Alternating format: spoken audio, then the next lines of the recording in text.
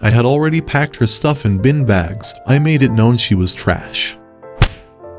Hello everyone, welcome back to my channel Our Zone Stories. Today we have a story where this man moved out from his unfaithful GF, while his GF's parents tried him to stay with her. It's a complete story. Let's see what happened.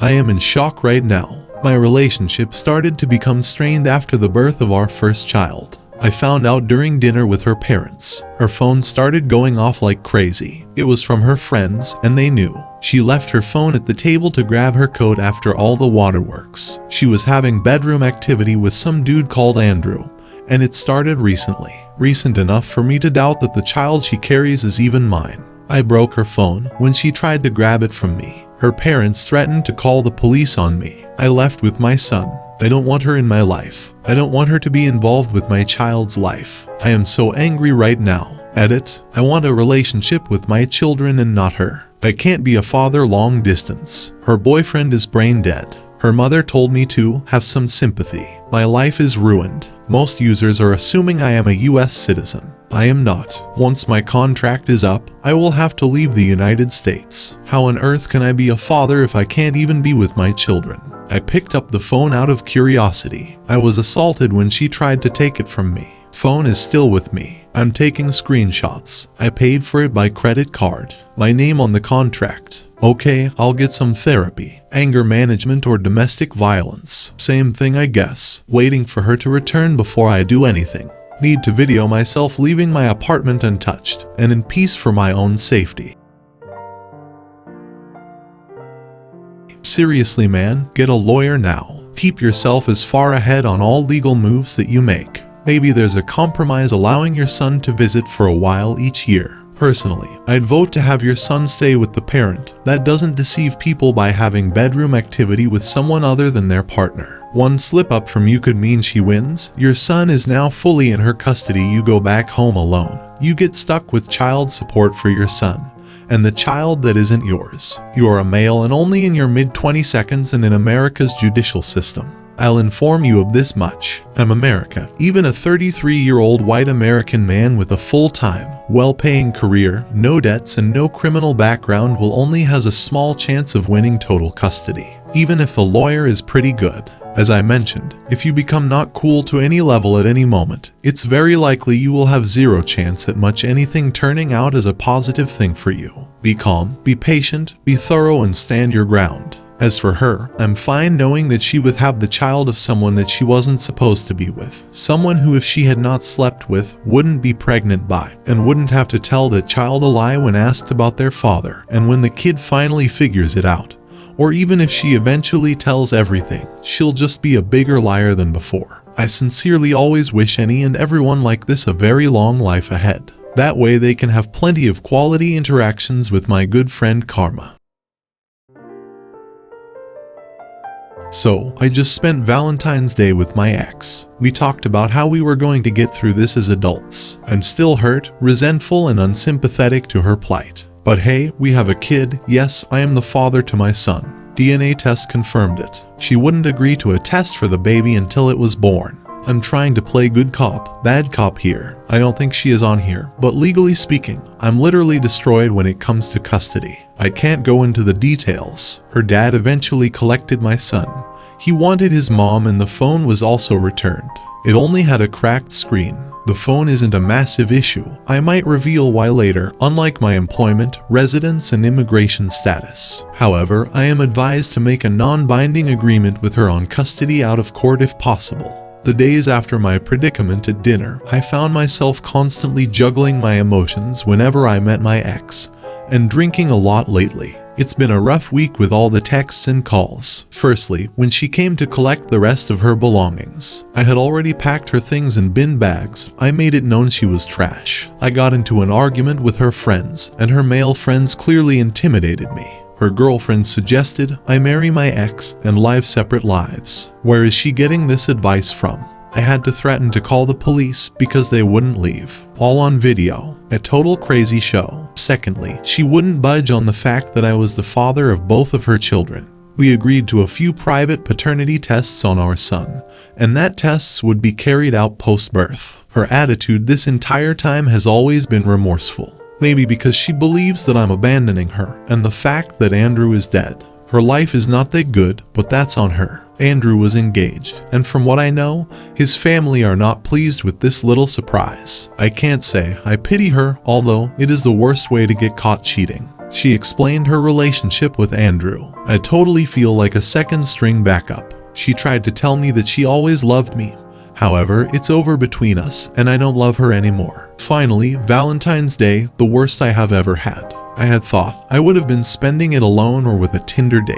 The ex-GF turned up without asking because she wanted to talk. We went to the place that I had reserved for us weeks earlier, and it such was an awkward experience. Got home to another round of major waterworks and drinking. She literally begged me to stay with her and to stay for the kids. I tried to press the idea of the kids living with me eventually. We agreed to some relationship counseling, and so that I would have a mediator to negotiate custody. She tried to sleep with me again when I was in bed. I started shouting at her because she is stressing herself out. Sea levels increased overnight as I slept on the couch. She cried through the night. I can't lie, I can't believe I'm still attracted to her after all this. It's a weird feeling. It's time for me to look into how I'm going to co-parent with her. I need to avoid this going to court. My ex isn't that stable right now, but I need her to cooperate with me. It's time for me to go take a long holiday. She is not trustworthy. She is only remorseful because she got caught. If this hadn't happened, she would still be doing it behind his back to this day. I know it will be tough for the kids, but trust me when I say they will understand when they're older. Better to have two separate, happy homes than one miserable home. If you ever come around to reconciling, the first thing that needs to happen is her cutting off her toxic friends that knew and didn't tell you and supported it. You're a better man than me. If my cheating ex's male friends tried to intimidate me, things would have gotten ugly. I would have taken on all of them, and I probably would be in serious legal and immigration trouble along with a lumped up head. But I'd tell her there is no point in even talking about reconciling. If she has even one toe on the path she was on that hurt me, she has to leave everything and everyone on it behind, and her on a new path with me. And she'd have to set her parents straight on who the real victim is here. I know how it sounds. My fiancé is an amazing guy, sweet, funny, attractive, and hard-working. I was impressed with him from the moment I met him, and we've been together 6 years. We are devoted to each other and working toward building our shared life. We each put a percentage of our earnings into 2 funds, one for our wedding, which is a year away, and another for a down payment on a home. We each pay the same percentage, but I pay a much larger amount because I went into a higher income field. We've budgeted it out pretty well. At this rate, we'll have enough to buy a home around the same time as our wedding, as planned. As to the wedding, we both wanted a small one, and my fiancé and I decided to have a destination wedding. We are paying for the entire wedding ourselves. My family's pretty poor, so I've also been saving a portion of my remaining paycheck to be able to pay for all of them to come to the wedding for free. I'm also paying for one of my bridesmaids who went into teaching and doesn't make much. My fiancé wouldn't really have the disposable cash to do that, but his family can afford to pay, somewhat wealthy, and is happy for the vacation. The problem arose last week. My fiancé's best friend Tom, who he asked to be his best man, got in an accident. It was likely entirely his fault as he was riding his motorcycle drunk. He suffered significant injuries, is going to have some major medical bills, and admitted to my fiancé he doesn't think he can afford to come. My fiancé wants to pay for him several $1,000s and lend him money to help cover his medical bills. But, especially with everything going on, my fiancé does not have, and is unlikely to be able to get the money to do either. I could afford to do both, but I don't want to. Truthfully, I can't stand this friend. He often rides or drives drunk, does not have a job, makes snarky comments about my fiancé that he insists are just jokes, but that I know actually affect my fiancé, and lives in his parents' basement while ignoring their well-being. I was willing to have him up there as best man, because my fiancé considers him a brother, and it's his choice. I wasn't happy about it, but I wasn't about to throw a tantrum about it. But with everything going on, my fiancé has suggested taking a huge chunk of our savings for a house to help, and I said no. We got in a huge fight, and he called me selfish and cruel, at which point I lost it, told him his loser friend did this to himself, and that there was no way I'd pay anything for him. I ended by saying, if he can't afford to come, he can't be your best man. He hasn't spoken to me since last night, and he slept in the couch. While I still think I'm on solid footing, I wonder if I went too far. Am I wrong here? Just wanted to clarify. I am not paying for most of my friends. Most of our friends are young, without kids, and with good incomes, who travel a lot anyway. We chose a destination wedding in part because 2 of our close friends had one last year that a group of us went to and enjoyed. We told our friends our plans before making arrangements and made clear that we wouldn't be upset if anyone couldn't or didn't want to join due to costs. The one friend I'm paying for is one of my oldest friends who I knew wouldn't be able to afford it because she chose to go into teaching. She also came to the wedding last year after several of us pooled funds to pay for her because she chose a meaningful, needed, and underpaid profession. Since I wanted her as a bridesmaid, I just told her straight up that I would pay for her. Same with my family, they mostly don't have much money, so I have been putting aside part of my paycheck, outside of what we put into shared accounts, to pay for it. If I wasn't spending it on them, that money would be going into my retirement account. I am able to do that because I chose a more stressful profession to ensure I'd be able to build up funds. My fiancé intentionally chose a less demanding profession that he really enjoys, but that pays way less than he could make with his degree, because he has less concerns about money. His family is well off, so he never worried about being able to pay for their retirement or medical care. As a result, he has more free time, more enjoyment of his job, but does not have disposable cash right now. So, I'm happy to pay for my friend and my family, because I chose to sacrifice a lot of career enjoyment to ensure I would be able to have extra money for things like this, and my friend and family have done nothing wrong. His friend does not deserve anything from me, and moreover, I'm not interested in enabling his behavior by bailing him out and paying for a free vacation.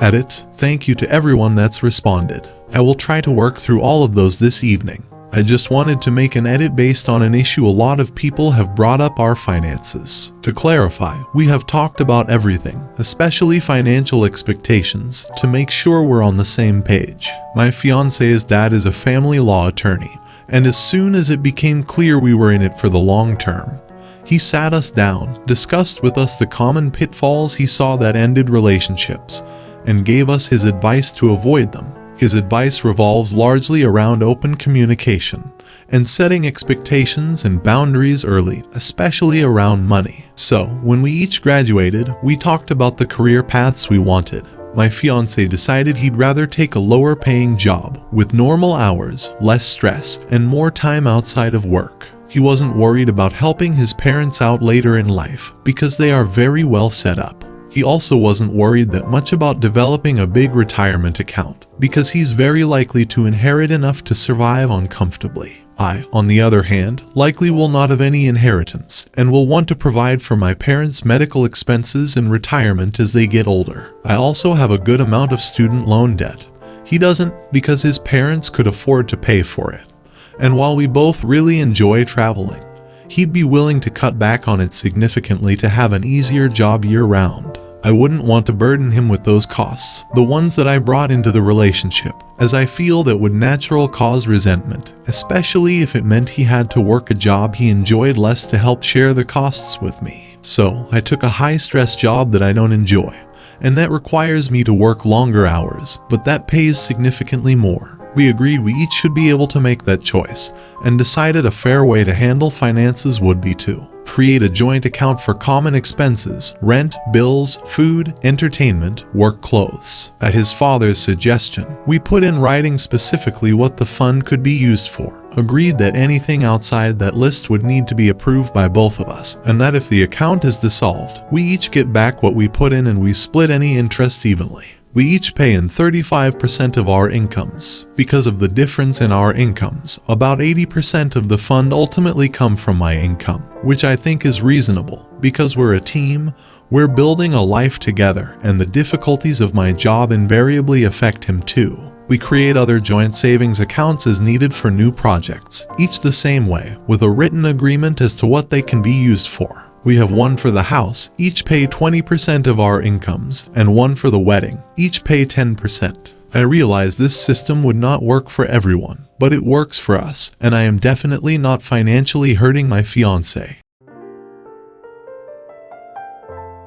It's been a little over 2 months since my original post, and a lot has happened. In the days after that argument, my fiancé and I had a number of heart-to-hearts. We each apologized for how we behaved. He admitted that his friend had done some terrible things and, after some soul-searching, that he and his friend do not have a healthy relationship. He loves the guy, as his friend had been there for him through some tough times, but knows Tom needs to change. I thought hard about several of the comments made on the original post and made a tough choice. I told him that I hated the idea of bailing Tom out and would never agree to help with his medical bills, but provided Tom made some effort to change, I would pay for him to come to the wedding with my own separate funds. I love my fiancé more than anything, and I don't want anything to mar our wedding or the start of our marriage. Long story short, we sat down with Tom's parents, who were also fed up with him and had previously refused to help with any bills, to discuss the best way to help him. We all ultimately agreed that we would cover some of his costs, us the wedding, and his parents the medical bills, but only if he accepted responsibility for what he's done and hit some concrete milestones toward changing, including successfully completing a program at an inpatient treatment facility for his addictions. All 4 of us sat down with him to make this offer. I won't go into details, but it didn't go well. My fiancé finally lost it and told Tom that he'd stuck by him through years of choices, and that if Tom wouldn't get help, he didn't even want him as a friend, much less a best man. Tom told us all to go away. We hadn't seen or heard from him since, and it has been incredibly hard on my fiancé. Then, this past weekend, my fiancé received a text from Tom. It wasn't long, but thanked for everything he had done for Tom, apologized for everything, and let him know that he was on his way to a treatment facility. He hoped he could stand at my fiancé's side at our wedding, like my fiancé had always stood at his. My fiancé is trying to be cautious, but it clearly meant so much to him, and I know he believes against all odds that his friend will become a better man. I have my doubts, but you know what? I hope he does too. Thanks to everyone that gave me advice, let me feel heard, and helped me become a little better as well. I'm glad her fiancé finally understands that she loves him enough to stand up for him even when he doesn't. It's good to see he finally realized that his friend needs professional help. I hope his friend comes through in the end. Hopefully, Tom can stay on a positive path and heal the friendship with her fiancé. It sounds like she and future hubby have good communication happening.